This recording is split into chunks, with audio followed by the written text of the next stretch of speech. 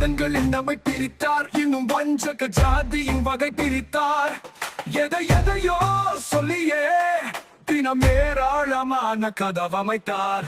உடைக்கின்ற தடைகளையே உடைத்து உதவிட வருகிறது தலைவனின் சேனை. கதை சொல்லும் கூட்டத்தையே விதித்து கசக்கிட வருகிறது மாமத யானை. அனைவரும் சமம் என எழுந்தது கழகம், ஆற்றல் வெற்றியை ஏற்றது கழகம். மனிதரை உயர்த்திடும் இலக்குடை கழகம், மாற்றத்தை விதைத்திடும் மந்திரம் கழகம். மனிதரை தலைவனின் தலைமையில் கழகம், தன்னிகர் இல்லா தொண்டரின் கழகம். இனி ஒரு புது விதி செய்தி